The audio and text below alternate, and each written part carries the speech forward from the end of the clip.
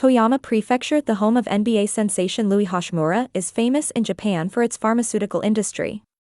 Is a must-go for travel enthusiasts in part of its vast nature and scenic coastline. Fish served here is delectable.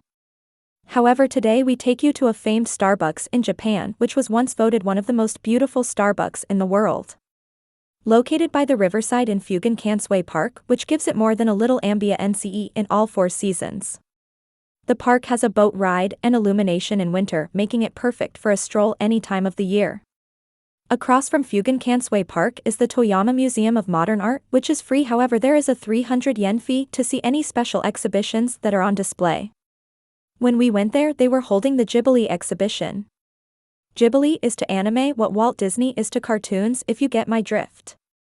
The museum has 3 floors and a roof, which is not only scenic but enjoyable for all and makes for a great social media backdrop.